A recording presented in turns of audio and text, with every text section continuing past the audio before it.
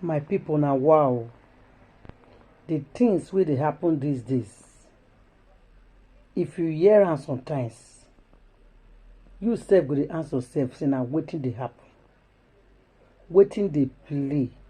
Guys, this matter dey serious. The rate wey women take dey kpai their husband these days, omo, the matter pass me. Before we go start this matter, my people, make I first hail una because una too dey important. Good morning, afternoon, evening, depending the time and the place we take come across this video. I salute all of una once again. This video when I wan watch so, una go hear am from the horse's mouth. You go think say na joke, but don't be joke. This is serious. E choke, make it not choke you, because na real. Husbands, be careful.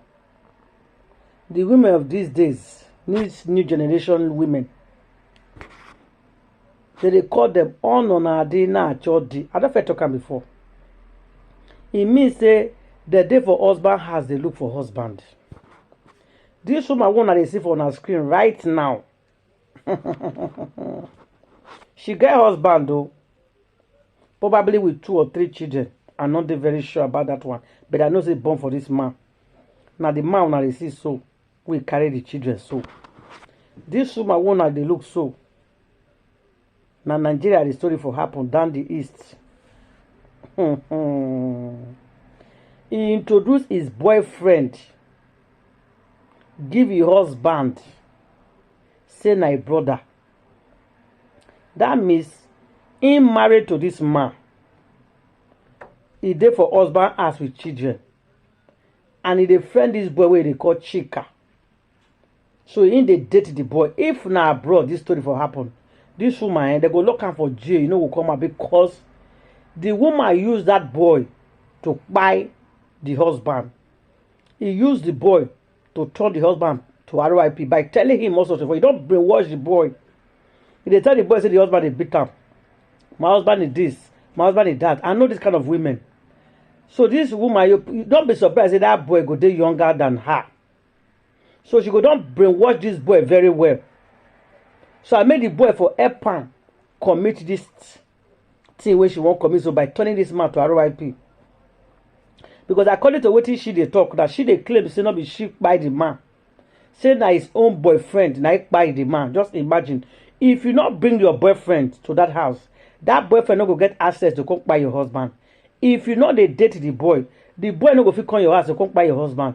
You even introduce the boy to your husband as your brother. So that means that boy they come that house, he know everything.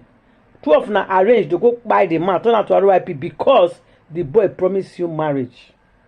Ladies, I talk all the time. If you dey marry, marriage is not by force. If you no work, carry your kaya, leave the man. Don't buy the man. I dey talk am every day here. If you dey marry man or you dey friend boy, according to the woman, he say the man dey beat her. The man not there to judge your own side though. Let's assume say na true, say the man dey true they beat her as she claim. Which means I strongly believe say that is not the story. If the man they beat you as you claim, why can't you run away and said, I'm not marrying you anymore? Run back to your family. You are a full grown-up one. Or run away with your boyfriend. But no.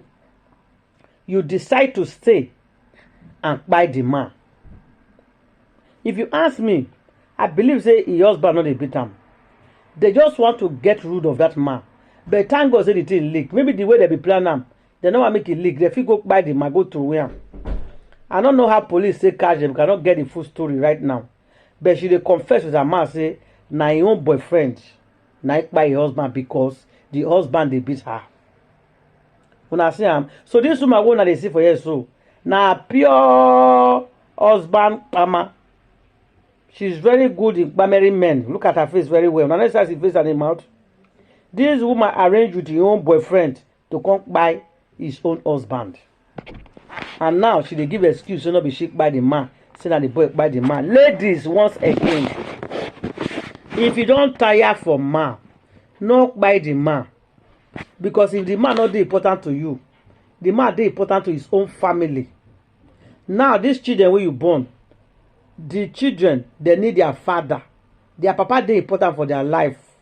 This man wey you buy, so he get mama, he get siblings, he get family where they need the man. You as a wife, you don't need the man again, but not buy the man. Carry your kaya, run away from the man. Leave the man. That voice, separate, do whatever. Say, I no want marry again, but don't buy him. Please, ladies, because it's not too common.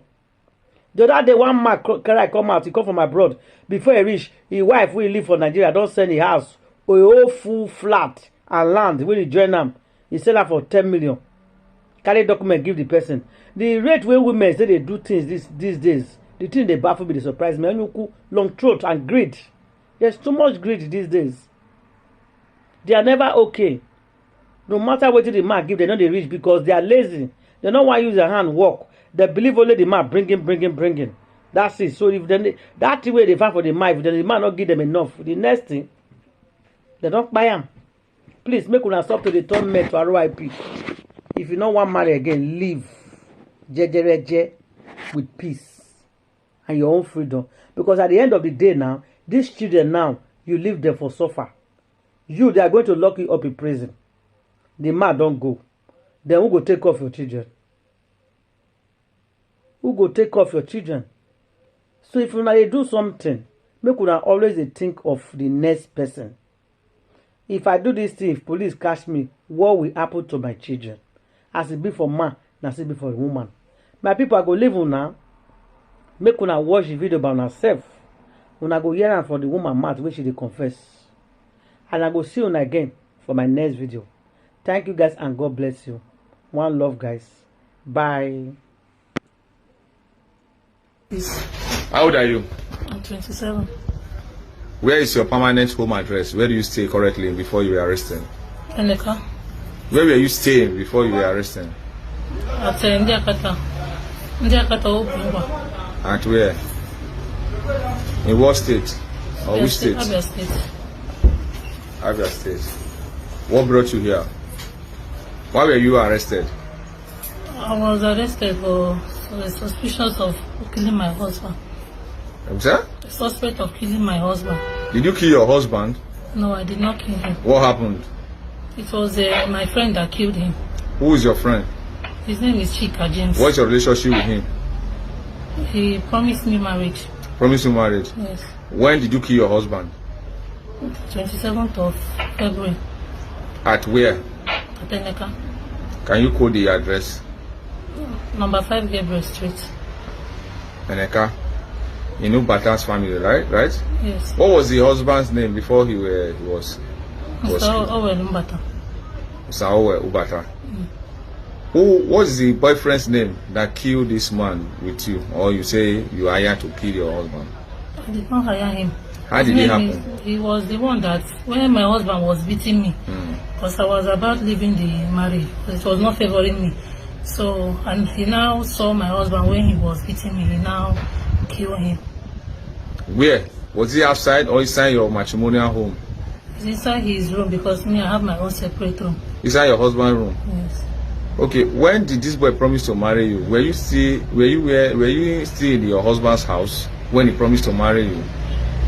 Yes. You were in your husband's house? Yes. And he promised to marry you? Yes. Was your husband aware that the boy was dating you? I don't think so. Was your husband aware that the boy was dating you? No. Was not aware. Okay, why did you not bring the boy into your husband's room? He came because the boy have saw him. The boy have met him. Met him, and what happened when they met? He introduced himself as my brother.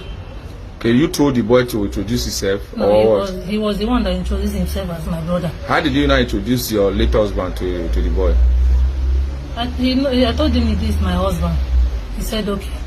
Okay, and he knew that it was your husband. Was he having an extramarital affair? Yes.